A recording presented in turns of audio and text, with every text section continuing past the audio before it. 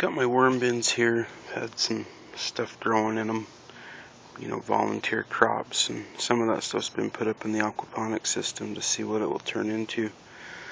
But I'm just going through my dirt to see what we got, and just that much dirt.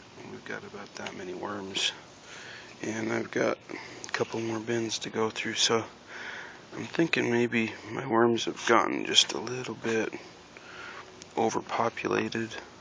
I don't know. There seems to be quite a few of them in here. Gotta find a better way to harvest them than just by hand, because it's very time consuming to get that down in the dirt and pick them out one at a time, especially if there happens to be thousands of them in here.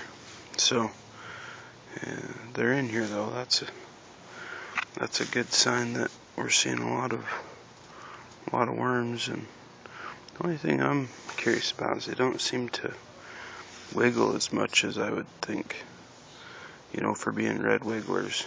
But anyways, so we'll get going through all these, and I mean, look at what they did to the soil. This is amazing soil, especially I don't even water in here, and you got seeds that are basically inside of a dark garage that decide to take off and try to sprout. So that tells me that the soil has been amended and probably ready to produce plants and produce life. But these worms have done such a good job on this dirt. We'll probably use some in the inside of the house and maybe in the fall, especially since we've had such a bad success with dirt this year, hauling dirt in from somewhere else. And hopefully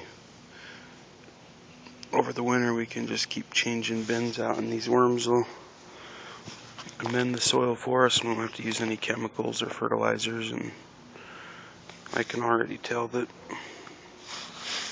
this is going to be good dirt. I want to show you this too.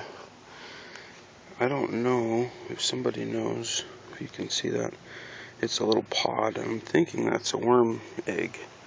It's kind of clear and yellowy tannish color, but I don't know. I've seen pictures, and I don't know if that's a worm egg or if that's something else. But if you know what those are, please post a comment and tell me if that's a different bug or if that's actually a worm egg.